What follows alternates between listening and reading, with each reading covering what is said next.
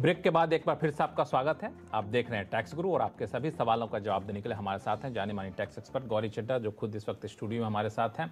और पिछले कुछ दिनों से या फिर कहीं कुछ हफ्तों से मैं देख रहा हूं कि शेयर बाजार में अच्छी खासी गिरावट देखने को आ रही है।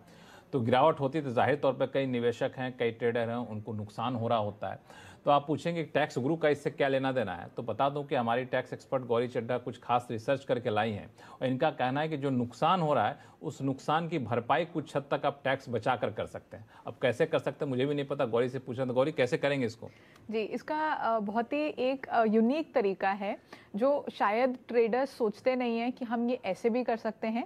तो अगर जैसे आपको किसी भी स्टॉक में लॉस हो रहा है तो आपको लगता है कि आपको लॉन्ग टर्म इसको होल्ड करके रखना है और जब ये प्रॉफिट में आएगा तभी बेचना है, तो आप इसमें कुछ ट्विकिंग कर सकते हैं। अभी जब आपको लॉस हो रहा है तो लॉस बुक कर लें। जैसे आज एक शेयर 500 रुपए का हो गया है, आपने 600 रुपए में लिया था, तो 100 रुपए का लॉस बुक करके 500 रुपए में उसको बेच के आज ही की डेट में उसको दोबारा खरीद ले तो आपका 100 रुपए का लॉस हो गया बुक। अब इस लॉस को आपका जो प्रॉफिट हुआ है किसी और शेयर में या साल में किसी और शेयर में आपका प्रॉफिट हुआ है तो उस प्रॉफिट से ये माइनस हो जाएगा और आपको सिर्फ बैलेंस पे टैक्स देना है। तो कई बार लॉसेस भी अच्छे होते हैं अगर आप उसको तरीके से बुक करें, समझदारी से बुक करें और उसको आप एडजस्ट कर लें प्रॉफिट के साथ। लेकिन इसमें एक सवाल मेरा ये है कि मान लिया हमने लॉस बुक कर लिया लेकिन प्रॉफिट मेरा हुआ ही नहीं इस साल, तो वो लॉस जो बुक किया उसका कोई फायदा है? बिल्कुल बिल्कुल, तब भी फायदा है क्योंकि इस साल आपको प्रॉफिट नहीं हुआ, इसका मतलब ये नहीं है कि आगे के सालों में भी आपको प्रॉफिट नहीं होगा।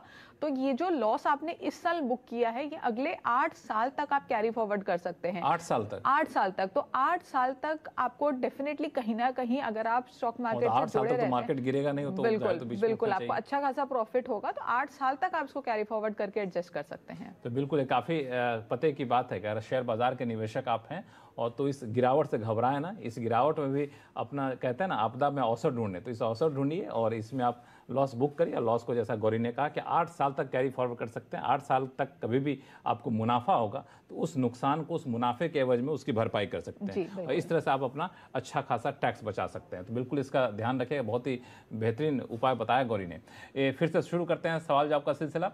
दिल्ली चलते हैं। दिल्ली से हमारे साथ हेमंत धवल साहब हैं फोन लाइन पर। हेमंत जी नमस्कार, क्या सवाल आपके पास? हाँ जी, आपको नमस्कार, गौरी जी को भी नमस्कार। जी नमस्कार। हाँ जी, एक्चुअली मेरे फादर ना एक डेबिट कार्ड एटीएम यूसेज या इंटरनेट में कंफर्टेबल नहीं है, तो वो ट्रेडिशनल वे में चेक से बैंक से पैसे निकालते हैं। ठीक है। अपनी यूसेज के लिए कई बार उनको टाइम नहीं लगता तो वो मुझे कहते हैं मैं अपने अकाउंट से निकाल के उनको दे देता हूँ। अच्छा। और फिर वो मुझे उसी अमाउंट का चेक दे देते हैं मेरे नाम से। अच्छा। मिनिमम अमाउंट 50,000 तो निकालते हैं हम, मतलब साल में 3 बार। अच्छा। तो मैं ये पूछ रहा था मेरे पे टैक्स रिलेटेड कोई प्रॉब्लम तो नहीं आएगी इससे, क्योंकि मैं अपने अकाउंट से निकाल के उनको देता हूँ और वो मुझे चेक दे देते हैं मेरे नाम पे। बहुत ही अच्छा सवाल है। कई बार ऐसा होता है कि मतलब इनके अकाउंट में पैसा आ गया है, पिताजी ने दिया और फिर ये पैसा निकाल कर उनको दे रहे हैं। पैसा आया इसका प्रूफ तो है, लेकिन पैसा निकाल के पिताजी को इसका प्रूफ नहीं होता। नहीं, लेकिन इसमें घबराने की कोई ज़रूरत नहीं है क्योंकि सबसे पहले तो आपका अमाउंट बहुत छोटा है, सिर्फ 1.5 लाख का अमाउंट है, तो इसमें वैसे भी कोई दिक्कत नहीं है।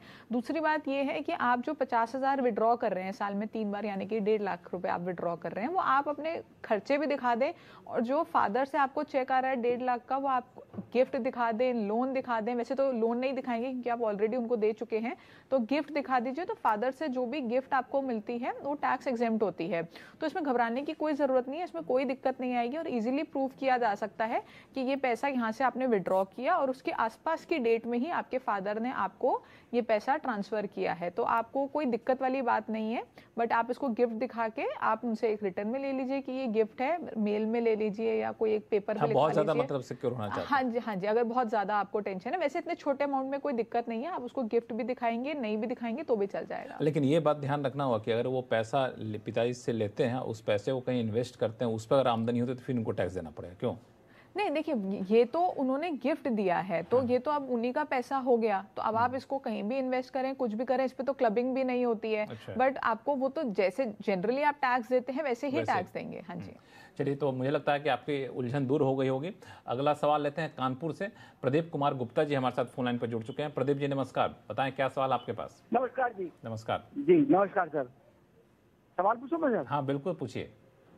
मैं सर ये कह रहा था कि मैंने 2019 में रिटायरमेंट हुआ सर बैंक ऑफ बड़ौदा से। अच्छा। और मुझे जो 3 लाख, मुझे करीब 7 लाख रुपए मिला लीविंग कैशमेंट का, उसमें कुल 3 लाख रुपए का मुझे टैक्स रिबेट मिली। अच्छा। बाकी पे हमको टैक्स लग गया। जबकि हमारे एक फ्रेंड है वो LIC से रिटायर हुआ सर, उसको भी करीब 8 लाख रुपए मिला है और उसका टोटल एग्जेम्प्टेड था उसमें टैक्स से। अच्छा। तो सर मुझको क्यों नहीं मिला? और ये मिलना चाहिए मेरे को। LIC और bank both are same organisation. बिल्कुल, इनकी समस्या बड़ी उलझन है। तो इनको क्यों नहीं मिला, इनके दोस्त को मिल गया, ये एक बड़ी तुलना कर रहे हैं। खैर बताएंगे आपको क्यों नहीं मिला, उनको क्यों मिल गया। जी देखिए, इसमें फ़र्क ये है कि आप सेंट्रल गवर्नमेंट एम्प्लॉय नहीं है। अगर आप सरकारी एम्प्लॉय होते तो आपके जो टोटल आपको जो रकम मिली है वो पूरी ही एग्जेम्प्ट हो जाती। लेकिन क्योंकि आप सरकारी एम्प्लॉय नहीं है तो आपको 3 लाख की एग्जेम्पशन मिली है, क्योंकि आपका अमाउंट 3 लाख से ज़्यादा होगा तो मिनिमम 3 लाख की आपको एग्जेम्पशन मिल जाती है और उसके ऊपर का जो अमाउंट है उस पर आपको टैक्स देना होगा। वहीं आपके जो फ्रेंड हैं वो सरकारी नौकरी में आ जाते हैं तो उनको पूरा का पूरा जो टैक्स है उनका वो एग्जेम्प्ट हो गया है। चलिए, तो आप इसका मुझे लगता है आपको सफाई मिल गई होगी। क्यों? सरकारी में सर अभी आए हैं ये लोग, उससे पहले तो प्राइवेट भी थे, वो भी हमारे साथ रिटायर हुआ 2019 में। नहीं देखिए, अगर वो पहले आपके साथ थे और पहले यानी कि सरकारी नहीं थे तो उनकी एग्जेम्पशन गलत है, उनको तब ये एग्जेम्पशन नहीं मिलेगी। ये जो टोटल अमाउंट की एग्जेम्पशन होती है ये सिर्फ सरकारी लोगों को ही मिलती है, प्राइवेट वाले और बाकियों को नहीं मिलती है। हालांकि तो उनको किस हिसाब से मिला, इस पे बहस करने से अच्छा है कि इनके लिए क्या रास्ता बिल्कुल है। बिल्कुल, तो हो सकता है उनसे कहीं कोई गलती हुई हो या कोई और चीज हो, उसके अंदर कोई और कैच हो। हाँ, तो आपका क्या हिसाब है वो गौरी ने आपको बता दिया है, तो मुझे लगता है कि आपकी उलझन दूर हो गई है। फिलहाल वक्त है छोटे से ब्रेक का। ब्रेक के बाद बताएं कि अगर आप हॉस्टल में रहते हैं या फिर पेइंग गेस्ट के तौर पर रहते हैं तो जो आप किराया दे रहे हैं कि क्या उस पर भी GST चुकाना पड़ेगा। ये बड़ा ही पेचीदा मामला है, बताएंगे छोटे से ब्रेक के बाद।